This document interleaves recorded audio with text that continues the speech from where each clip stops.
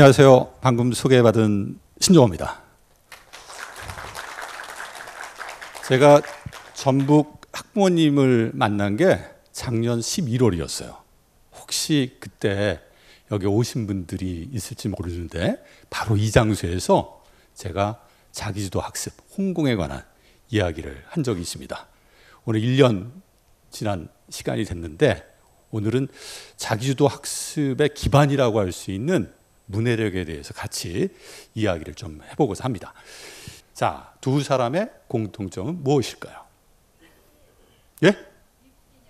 미국인이다. 맞습니다. 미국 사람 맞아요. 또 뭐라고요? 자퇴생이다. 맞아요. 학교 끝까지 안 다녔어. 그 다음에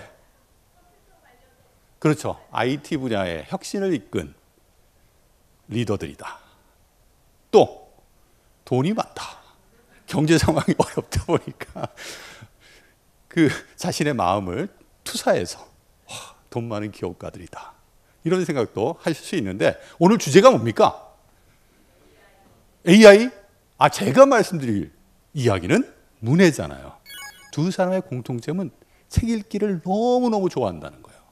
하버드 중퇴했지만 이 사람이 세계를 변화시키는 힘을 어디서 얻었느냐? 바로 책을 통해서 얻었다. 스티브 잡스는 자신의 삶을 즐겁게 하는 두 가지가 있다. 그 중에 하나가 바로 책을 읽는 거다. 책을 읽음으로써 삶의 의미들을 나는 경험한다 라고 이야기한 바가 있고, 또 빌 게이츠, 요새도 1년 중에 한 달은 온종일 책을 읽는 데 시간을 보냅니다. 자기 오두막에 가서 읽고 싶은 책 다 들고 가서 책 펼쳐놓고 책 읽고 정리하고 책 읽고 정리하고 나가서 뭘 할지 기획하는 시간을 지금도 갖는다고 해요. 2007년에 하버드 중퇴했지만 명예졸업장을 받았죠. 이때 기자들이 짓궂은 질문을 하나 했어요. 하버드 졸업장하고 독서하고 인생에서 둘 중에 하나만을 선택하라고 한다면 어떤 걸 선택할 거냐? 빌 게이츠는 뭐라고 했을까요? 당연히 책이다. 독서의 경험을 나는 놓을 수가 없다.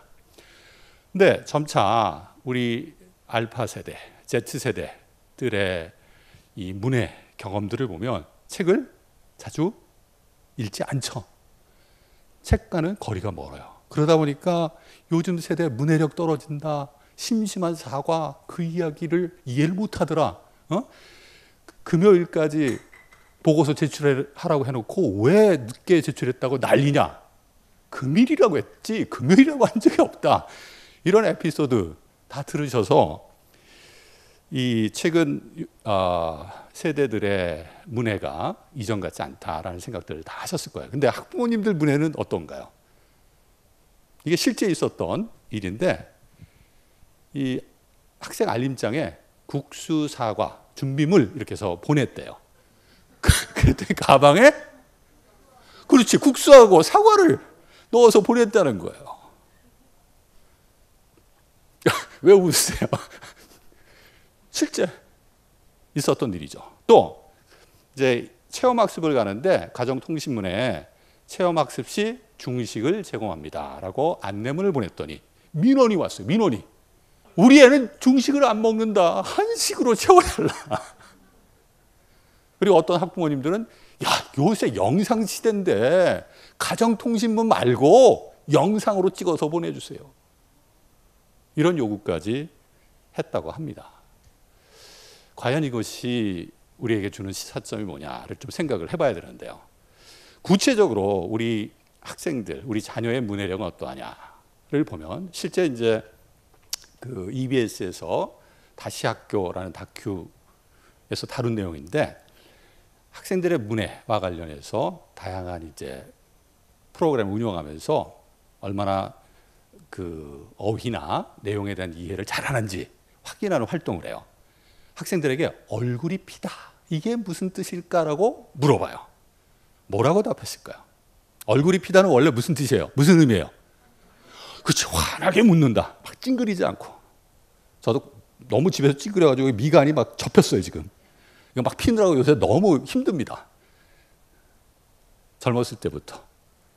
좀 웃고 다닐 걸 하는 후회가 있는데 얼굴이 피다. 막 궁금해하다가 뭐라고 아이가 적었느냐. 다쳤다. 그래서 얼굴에 피가 났다. 이렇게 얘기를 한 거예요. 또 우리가 어떤 모르는 개념이 나타났을 때 문맥을 통해서 그 개념을 추론을 해보죠. 되게 중요한 문해의 방법인데 다음과 같은 글을 읽는데 두문불출이라는 한자어가 나왔어요. 정말 창의적인 아이야. 이 아이는 칭찬해줘야 돼. 문 두 개 그리고 불이 나오는. 그래도 한자어 출자는 아는 거야. 출자가 나온다라는 의미를 갖고 있다는 것은 알고 있는 친구예요. 또 실제 이 고등학교 학생이 그 언어 관련해서 그 참고서를 보면서 좀 이해가 안 되는 내용이 있다라고 선생님에게 질문을 했대요. 질문의 내용은 뭐냐면 여름인데 배경이 그래 보니까 머리에 서리가 내렸다라고 쓰여진 부분이 있더라. 이해가 안 된다. 여름에 어떻게 서리가 내리냐. 은유적 표현이죠. 어떤 표현입니까? 세월이 많이 갔다. 나이가 들었다. 이런 거잖아요.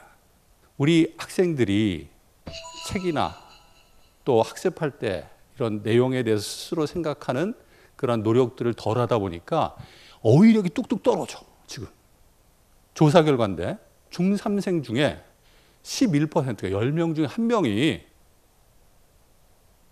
어휘 수준이 초등학교 수준이야. 공부 제대로 할 수 있을까요? 어렵습니다. 제가 미국에 있을 때 했던 되게 중요한 연구 중에 하나가 학교 다니면서 지금은 괜찮은데 학년이 올라가면 올라갈수록 학습에 어려움을 경험할 친구들이 누군지 그걸 찾아내는 인디케이터 개발하는 연구를 했어요. 여러 지표들이 있을 수 있는데 가장 중요한 지표가 뭐였냐면 그 학년에서 다루는 어휘, 개념을 제대로 이해했느냐, 이해하지 못했느냐. 그게 가장 중요하더라. 개념, 어휘라고 하는 게 생각하는 데 있어서 우리가 블록 만들 때 기본 단위 블록 있잖아요. 그걸 가지고 어떤 형체를 만드는 거하고 동일하게 생각에 있어서 기본 단위가 바로 개념, 어휘이기 때문에 어휘에 문제가 생기면 학습이나 생각, 소통, 사람들하고 이야기할 때도 어려움을 경험할 수밖에 없죠. 소통할 때 어려움이 있으면 사회적 관계, 다른 사람하고 좋은 관계를 만들고 유지하는 데도 어려움이 있을 수가 있죠. 이 문해의 어려움은 결국 공부하는 데 어려움을 초래할 뿐만 아니라 나아가서 우리 아이들이 학교에서 공부 잘하는 것뿐만 아니라 사회생활도 어떻게 하면 좋을까요? 잘하면 좋잖아. 사회생활하는 데도 상당히 중요한 영향을 미친다. 실제 어떤 한 회사에서 조사한 바에 의하면 최근 대학을 졸업한 학생들의 문해와 관련해서 직장에서 어떻게 평가하느냐. 한 50% 이상은 10명 중에 5명은 이 소통의 능력이 너무 떨어진다. 이해 능력이 떨어진다. 그래서 맡은 직무를 제대로 하지 못하는 심각한 상황이 있다. 이 문해와 관련해서 언급한 내용이죠. 이 문해 하면 제가 계속 얘기를 지금 하고 있는데 이거 그냥 기본적으로 읽고 쓰는 능력 아니야? 20세기 초 우리가 산업화, 2차 산업혁명 시기 표준화되고 어떤 그 표준화된 기본 업무, 직무들을 수행하는 인력을 양성해 낼 때 가장 중요한 핵심 개념으로 이야기했던 바로 학습 결과물이 그 당시 문해였는데 이게 왜 21세기 아까 AI 시대라고 했는데 왜 이게 아직까지도 그렇게 강조되는지 이해가 안 돼. 요새는 다 영상 시대야. 아닙니다. 실제 그 2016년에 세계경제 포럼에서 4차 산업혁명에 대한 논의가 처음으로 있었고 찰스 슈왑이라는 사람이 그때 논의한 것들을 종합해서 앞으로의 그 시대를 4차 산업혁명 시대라고 명명을 합니다. 이때 이제 4차 산업혁명에 의해서 변화될 각 사회 분야, 산업 분야가 어떤지를 쭉 정리해서 보고를 하는데 이때 이 4차 산업혁명 시대에 필요한 경험, 역량이 무엇인지에 대한 논의도 같이 이루어져요. 앞으로 21세기를 살아갈 AI 시대를 살아갈 인재들에게 필요한 경험, 역량이 무엇인지에 대한 논의도 같이 이루어지는데 그때 이제 제안됐던 것 중에 하나가 여러분들이 잘 아는 4C, 4C, Creativity, Critical Thinking, Communication, Collaboration이라고 하는 역량도 이때 언급됐던 거고 그 역량뿐만 아니라 먼저 강조했던 게 바로 뭐냐? 기초 문해력이라고 하는 거예요. 사실 이 문해의 힘을 갖고 있지 않으면 비판적으로 사고하고 창의적으로 사고하는 건 불가합니다. 그렇기 때문에 더 중요해요. 앞으로 변화되는 사회, 인공지능 시대를 살아갈 우리 미래 세대에게 반드시 더 강하게 교육시켜야 될 역량이 바로 문해라고 하는 것이다. 그럼 왜 문해가 중요하게 더 강조될 수밖에 없느냐? 이 부분을 좀 말씀을 드리면 이 최근 들어서 변화의 속도가 되게 빠르다라는 거 여러분들 다 경험을 하시죠? 다 경험하실 겁니다. 예를 들어서 챗GPT 얘기 나왔죠. 챗GPT 5년 전에 들어보신 사람 없죠? 챗GPT가 일반인들에게 소개되고 활용되기 시작했던 것은 작년 11월 30일이에요. 1년 조금 넘었어요. 엄청난 변화가 지금 각 사회 분야에서 나타나고 있죠. 교육도 예외가 아니에요. 챗GPT 저 활용할까요? 안 할까요? 대학에서 합니다. 문제 출제도 하고요. 학생들 채점도 챗GPT 가지고 해요. 근데 챗GPT에 있어서 그러한 도구들을 잘 활용하는 능력이 되게 중요하거든요. 도구를 잘 활용하려면 내가 먼저 뭐 할 수 있어야 되냐면 생각할 수 있어야 돼요. 단순히 질문 던지는 게 아니에요. 질문도 내가 생각한 것들을 잘 구조화해서 구체적으로 던져줘야지 챗GPT가 내가 원하는 것을 답해 줄 수 있다. 단순히 뭘 알려줘 하면 자세하게 절대 안 알려줍니다. 불친절해요. 되게 친절하지 않습니다.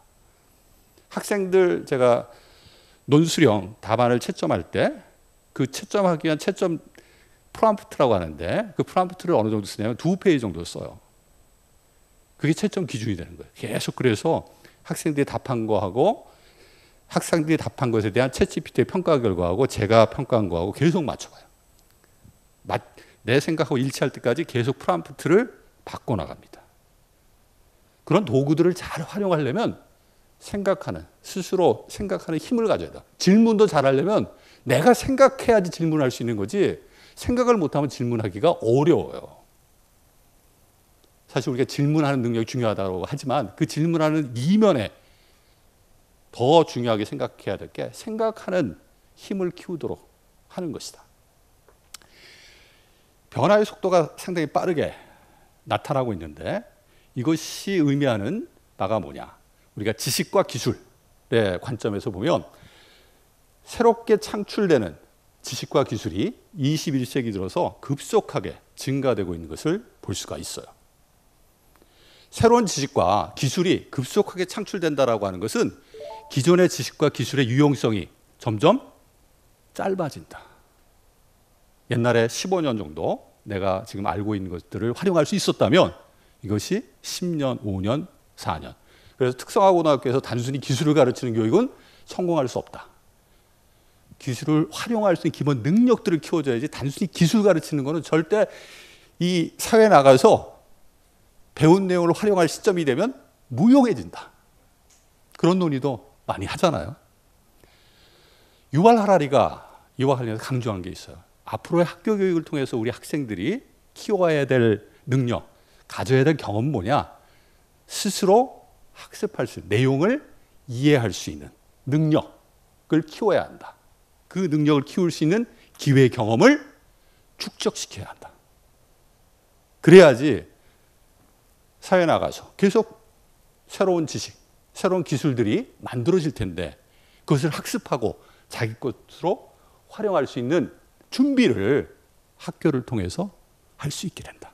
그러니까 단순히 지식을 막 가르쳐주고 그걸 그냥 스폰지밥처럼 받아들이는 경험은 아무 의미가 없다는 거예요. 아무 의미가 없다. 특히 여기 학부모님들의 자녀의 평균 기대 수명이 어느 정도냐. 제가 이 얘기를 하면 많은 분들이 놀라기도 하고 걱정을 또 많이 하세요. 2016년 타임즈 표지 기사인데 지금 알파 세대의 평균 기대 수명이 얼마냐? 142세입니다. 많은 변화를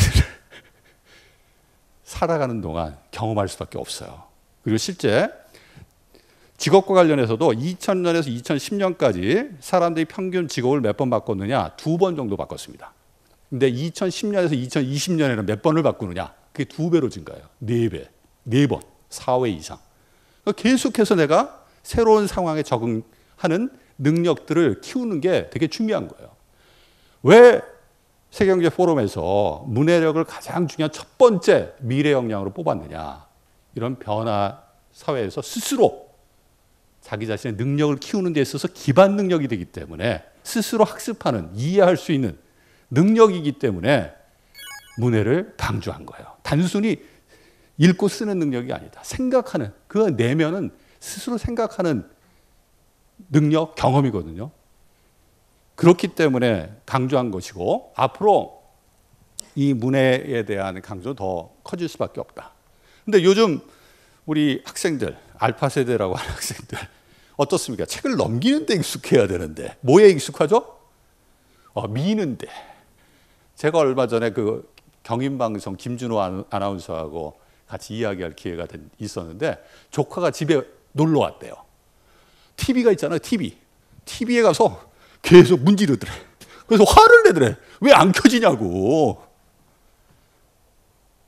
미는 거에 되게 익숙한 세대이고 이 디지털 기기를 통해서 학습을 하면 좋은데 공부를 하면 좋은데 뭘 합니까 주로?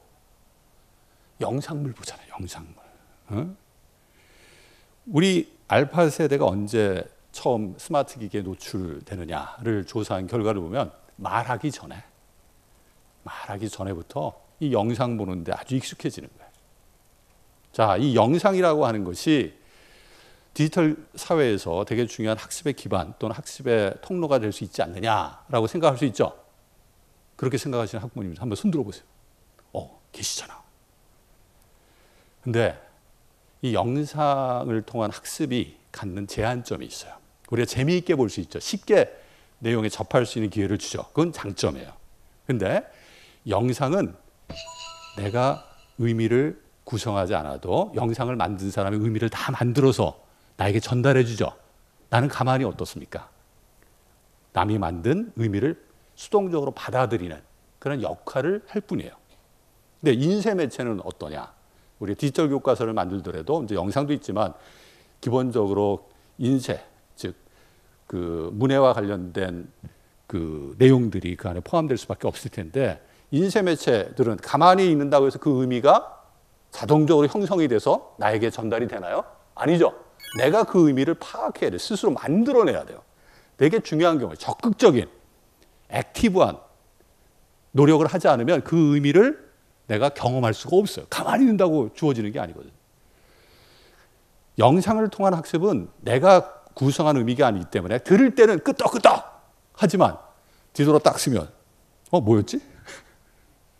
소위 말해서 지식 착각이라고 우리가 이야기를 하는데 지식 착각을 강화시켜요.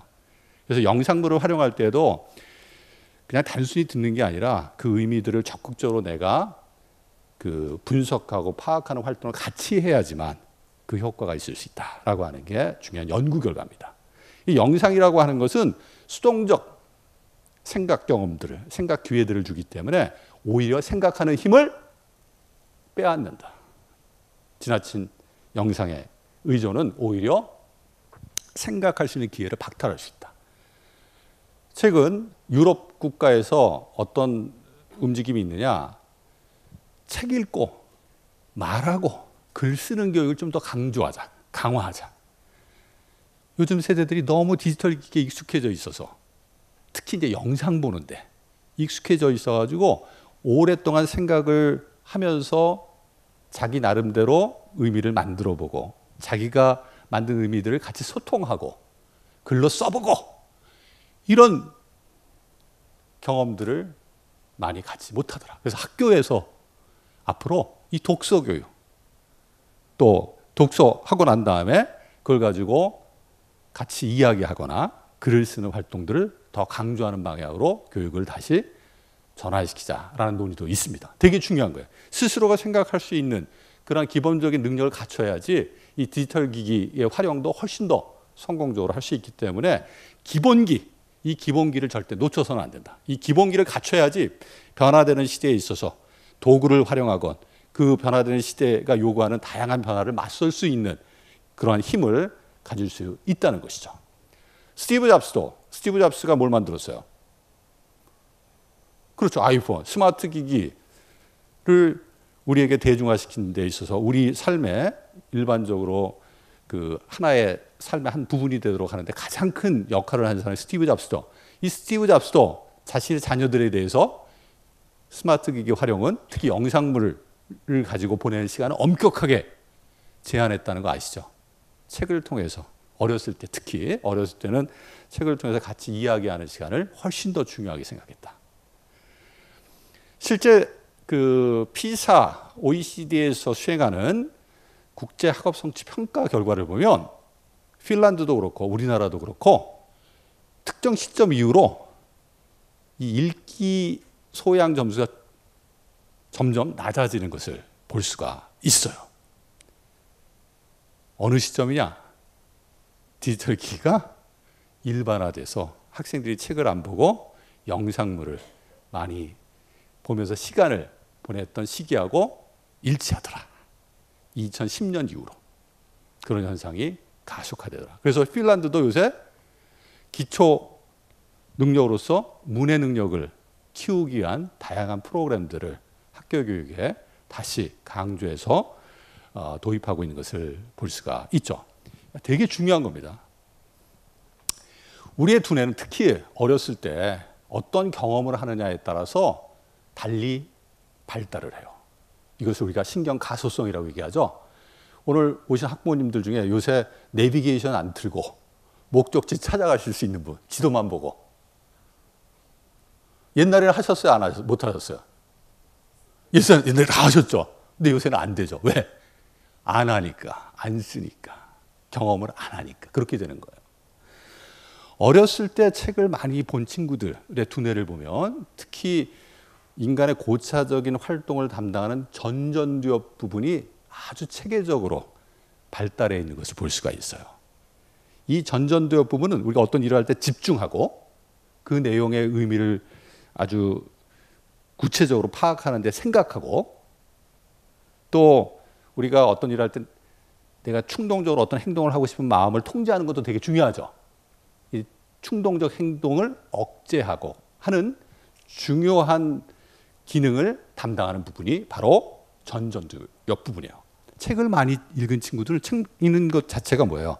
집중해서 그 내용의 의미를 구성하고 책을 읽는 동안 집중해서 딴 짓 안 하고 자신의 마음과 생각을 통제하는 그러한 과정이라고 할 수가 있는데 이런 경험을 많이 하다 보니까 이 전전두엽 부분의 발달이 아주 체계적으로 나타나는 것을 볼 수가 있고 실제 이제 어떤 일을 할 때도 이 전전두엽 부분이 잘 활성화돼서 기능을 하니까 어떤 생각을 하거나 집중하거나 또 자신의 충동적인 행동을 억제하는 데 있어서도 긍정적인 모습들을 많이 보여주더라. 반면에 영상을 많이 본 친구들은 완전히 지금 제가 말씀드린 거하고 반대의 특성을 보이더라라고 하는 게 일관된 신경과학 분야의 결과예요.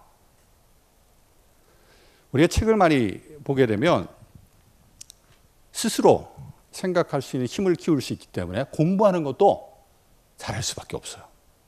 제가 초등학생 자녀를 지금 두고 있다라고 하면 저는 국어, 영어, 수학은 학교 공부만 열심히 시키고 책 보는데 저하고 같이 제가 좀 바빠가지고 둘째 때는 같이 책을 못 봤는데 책 보는 시간을 많이 가지려고 노력을 할 거예요. 왜? 책을 통해서 자신의 생각도 한번 만들어보는 기회도 갖고 또 생각하는 습관, 이 생각하는 습관을 어렸을 때부터 갖는 게 되게 중요하니까 이 생각하는 습관을 가질 수 있도록 좀 부모로서 도와주고 싶은 마음에 시간을 같이 책 읽고 이야기하는 시간을 많이 갖지 않을까라는 생각을 해봅니다. 실제 이제 이런 책을 많이 읽은 친구들이 공부를 잘하느냐를 보면 실제 그렇습니다. 공부 잘할 수밖에 없어요. 한국직업능력개발원에서 되게 재미있는 연구 결과를 2016년에 발표한 게 있는데 중학교 때 책 10권 이상 읽은 친구들하고 그렇지 않은 친구들하고 만약에 그 기준을 한 20권으로 올렸으면 더 차이가 날 수 있을 텐데 주요 그 분야의 수능 점수 차이가 어떻게 나타나는지를 봤더니 언어 영역에서는 2등급 차이가 나타나더라. 두 등급에 등급이 2개가 차이 나면 학교가 완전히 바뀝니다. 지역도 바뀌어요. 지금 정시에서는 잘 모르시죠? 완전히 바뀌어요. 완전히. 언어에서 2등급, 수학과 외국어 영역에서 1.5등급 정도 차이가 나더라. 사회, 그다음에 과학 영역에서의 차이까지 보면 훨씬 더 커질 수가 있죠. 기본적으로 책 읽는 친구들은 생각하는 게 익숙해. 공부하는 것도 집중해서 생각하는 거잖아요. 그 힘을 가지고 있으니까 공부를 잘할 수밖에 없는 거죠. 홍공 왜 못하느냐? 왜 홍공 못할까요? 지난번에 제가 여기 와서 강연할 때 홍공 얘기했는데 스스로 이해할 수 있는 힘을 갖고 있지 못하니까 홍공을 못하는 거예요. 한마디로. 우리가 알아야 면면장 한다라는 이야기 하죠. 저 교수님 틀린 얘기 하는데 알아야 면장을 한다는 건데 아닙니다. 알아야 면면장 한다는 말이 옳은 말이에요. 알아야 면장한다는 말은 와전된 말이라는 거 아시죠? 논어에 나오는 얘기예요. 알아야 면면장. 면장이라고 하는 건 뭐냐면 담벼락장인데 담벼락을 마주보고 있다라가 면장이고 그 앞에 있는 면자는 뭐냐? 그것을 피할 수 있다. 피할 면자. 담벼락을 마주보고 있으면 마음이 어떻습니까? 되게 답답하죠. 우리가 뭘 모르면 되게 답답해. 외국에 가서 그 외국 그 언어를 모르면 간판을 봐도 뭔지 모르니까 답답함을 우리가 경험하는 거하고 동일한 거예요. 알아야지 그 답답함으로부터 피할 수 있다. 그래야지 뭔가 알아야지 내가 뭘 해야 될지를 알죠. 판단할 수 있죠. 기본적으로 내가 그 내용을 스스로 이해할 수 있는 힘을 갖지 못하면 홍공은 절대 불가능하다. 내가 모르는 이해가 안 되는 글을 자꾸 보면 어떤 마음이 들겠어요? 계속 답답해지겠지. 계속 답답함을 주는 그러한 활동 계속 하고 싶으세요? 다 집에 가고 싶은 마음밖에 없을 겁니다. 여기 제가 글을 하나 올려놨는데 간단한 글인데 한번 보세요. 일반적으로 이자율이 오르면 채권 가격은 내려가고 이자율이 내려가면 채권 가격은 올라갑니다. 이것은 채권 시장에서의 기본적인 원리입니다. 이자율이 증가하면 새로운 채권이 높은 이자를 받기 때문에 기존의 낮은 이자를 받는 채권의 가치가 하락합니다. 반대로 이자율이 감소하면 기존의 높은 이자를 받는 채권이 더 가치 있어 보이게 되어 채권 가격이 상승하게 됩니다. 이해가 되시죠? 어떤 분은. 이해 안 되시면 솔직히 손 들어주세요. 괜찮아. 다 이해가 됐어요. 근데 만약에 이 내용이 이해가 안 된다고 하면 계속해서 후속되는 내용이 있다고 했을 때 집중해서 내가 스스로 이 글 자료를 읽어나가는 그런 행동을 지속할 수 있을 것이냐. 불가능합니다. 불가능해요. 기본적으로 생각하는 힘을 갖고 있어야지 뭐가 가능하다? 홍공이 가능하다. 그렇기 때문에 문해가 되게 중요한 거야. 그 다음에 책을 많이 읽은 친구들은 세상을 알아. 그 다음에 나의 생각이 있어. 분명합니다. 이건 우리가 이 책을 통해서 얻을 수 있는 가장 큰 어떻게 보면 그 혜택이다라고 저는 보는데 다양한 세상을 알게 되면 내가 뭘 하고 싶은지가 분명하게 만들어지고 그 내가 해야 될 이유가 뭔가를 해야 될 이유가 분명하게 생기면 공부도 어떻게 될까요? 스스로 열심히 할 수 있는 힘을 가질 수 있게 되잖아요. 책을 통해서 나 공학자가 되어야겠다. 엔지니어가 되어야겠다. 한 결심한 사람이 있었다고 합니다. 지금 저 자료에 슬라이드에 나오는데 누구죠? 일론 머스크. 혹자는 미친 사람이라고 하는데 미쳤을 수도 있어요. 어렸을 때 그냥 공상과학 소설 이런 거 보면서 인류가 그 존재의 위협을 받았을 때 어떤 세상을 다시 구축할 수 있을지에 대한 고민도 하고, 그래서 화성에 인류가 가서 살 수 있는 세계를 만들려고 꿈도 꾸고, 그 꿈을 이루려면 내가 뭐가 돼야 돼요? 가만히 앉아있으면 그 꿈을 이룰 수 있어요? 아니죠. 공학자가 돼야 될 거 아니에요. 엔지니어가. 이 사람 미친 사람입니다.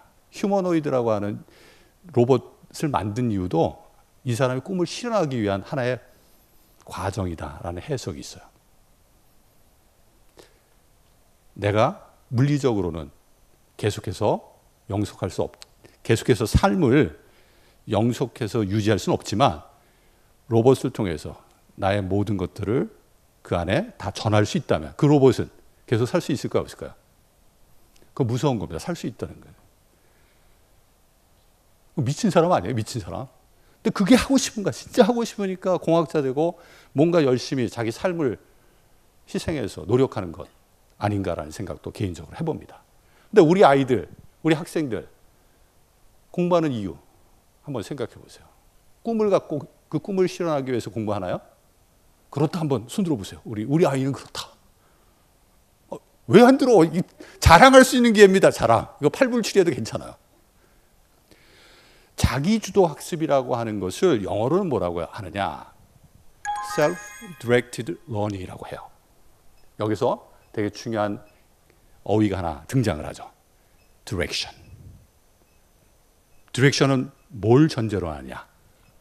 내가 가야 될 목적지를 전제로 한다. 목적지를 전제로 하지 않고 어디 가는 거는 우리가 주도적인 행동이라고 안 하고 방황하는 행동이라고 하죠. 자기 주도성이라고 하는 것은 분명히 내가 왜 그 행동을 해야 될지에 대한 목적의식을 가지고 있을 때 성립하는 거예요. 왜 우리 아이들이 홍콩 못하느냐? 왜 못해요? 내가 왜 공부해야 될지 목적, 삶의 목적, 공부하는 이유가 분명치 않기 때문에 홍콩이 불가능한 거예요. 그 홍콩을 할 수 있게 도와주는 것이 바로 문해 경험입니다. 문해 경험. 제가 서울대 학생들 학습사 연구를 쭉 하는데 내가 하고 싶은 꿈을 갖게 된 중요한 계기가 뭐냐? 99%가 다 뭐라고 얘기합니까? 책을 통해서 나의 꿈을 만들어 갈 수 있었다. 얼마나 중요한 겁니까? 꿈이 있어야지 공부하는 것도 재미있어요. 이게 우리가 가장 우리 부모님들이 원하는 게 우리 아이가 공부할 때 씩씩거리지 않고 즐겁게 공부했으면 좋겠다라는 마음들 우리 부모님이 다 갖고 있잖아요. 이 공부하는데 재미, 흥미를 가지려면 꿈이 있어야지 가능한 거예요. 그 꿈을 이루기 위해서 내가 현재 공부하는 것이 어떤 의미가 있다는 걸 알 때 공부하는 게 의미 있고 재미있는 과정이 될 수가 있다. 실제 꿈이 있는 학생들의 공부의 모습들을 우리가 보면 지금 제가 말씀드린 것처럼 공부하는 것 자체가 의미 있고 재미있는 과정이에요.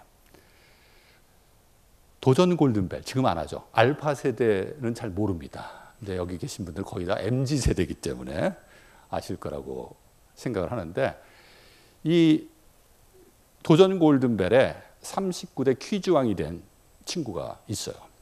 이 친구가 이제 고3 1학기 때 도전 골든벨에 출연을 해서 퀴즈왕이 됩니다.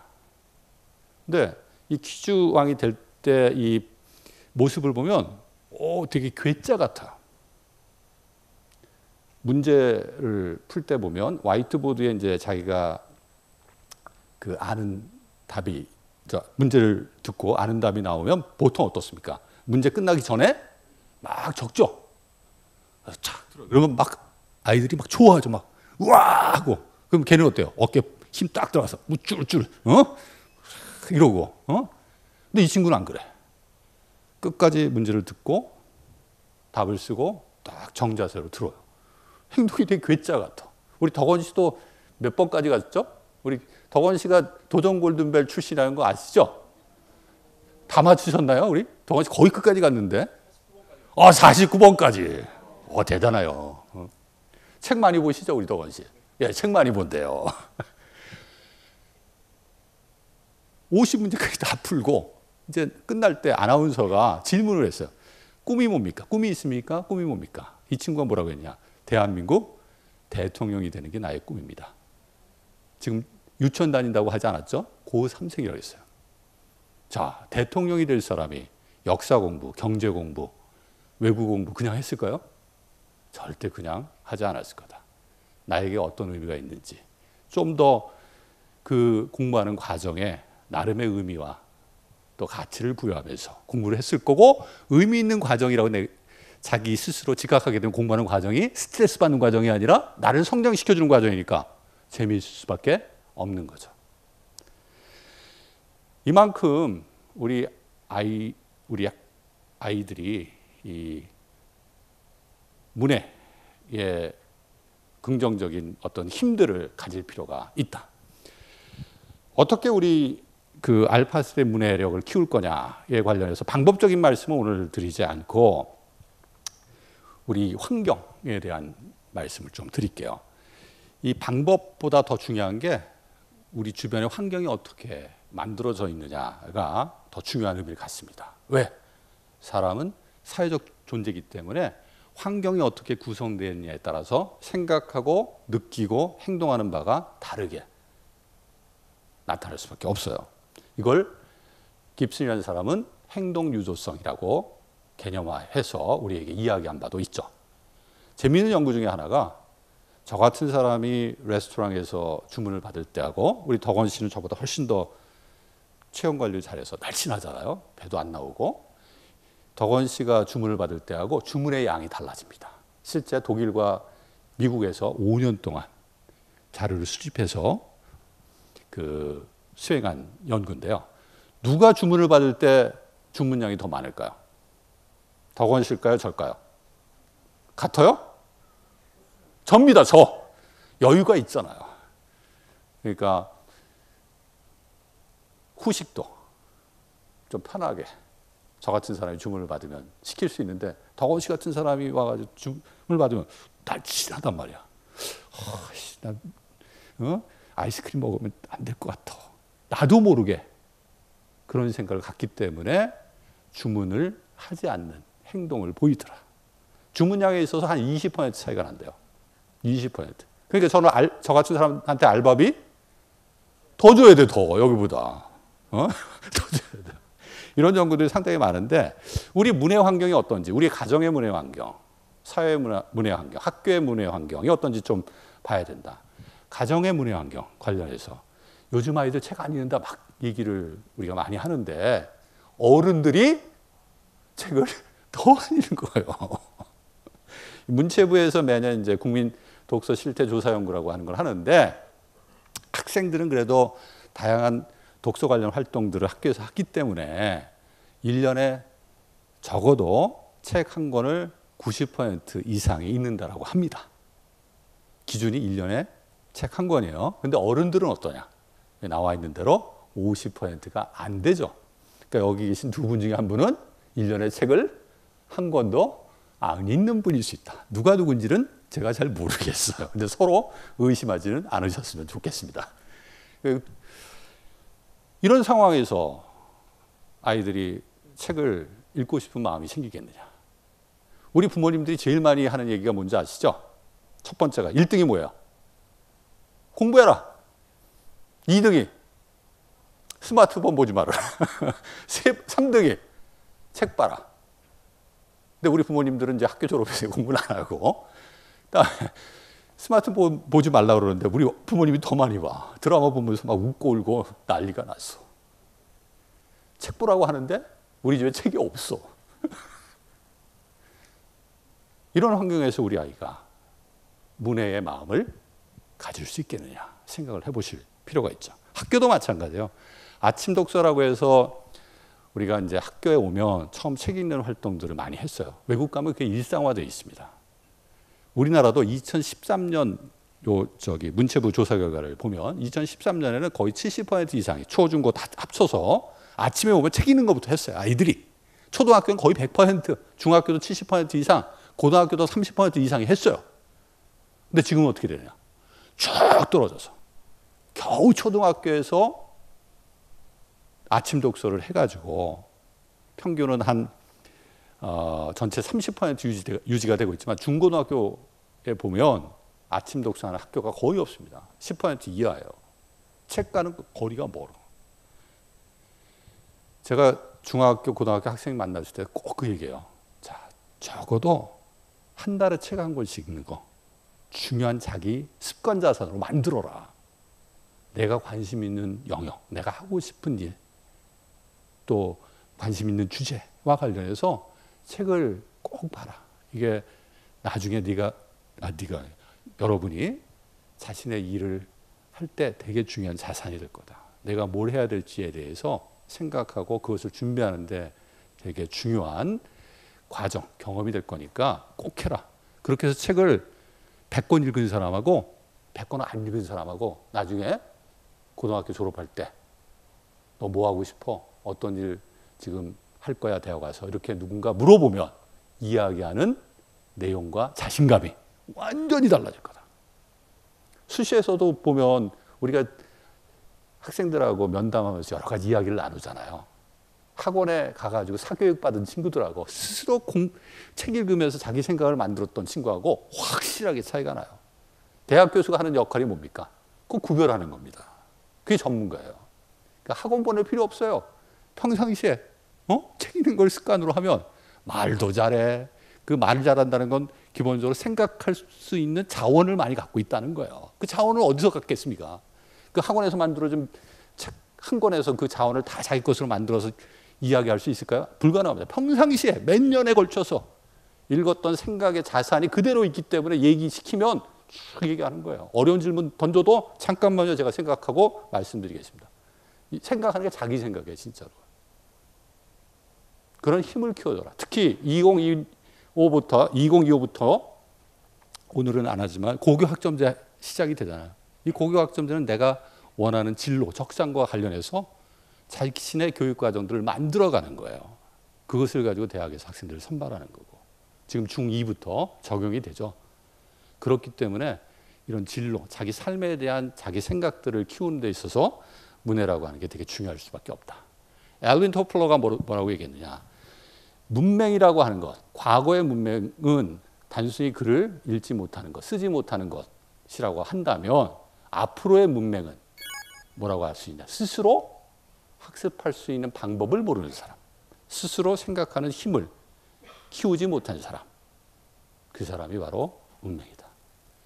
미래 AI 시대에 있어서 기본적으로 생각하는 힘이 인간에 있어서 되게 중요한 기본 능력이 될 수밖에 없는 거기 때문에 어렸을 때부터 우리 아이들이 생각하는 힘을 키울 수 있도록 해줘라. 그 생각하는 힘이 홍공에 있어서도 가장 뭐가 된다? 기반이 된다. 그리고 앞으로 학교 교육도 그런 스스로 생각할 수 있는 힘을 가진 사람들을 키우고자 하는 거고 대학도 그 힘을 가지고 있는 사람을 선발해서 기회를 주려고 많은 변화의 고민들을 하고 있다라는 말씀을 드리면서 제 이야기는 여기서 마치도록 하겠습니다. 감사합니다.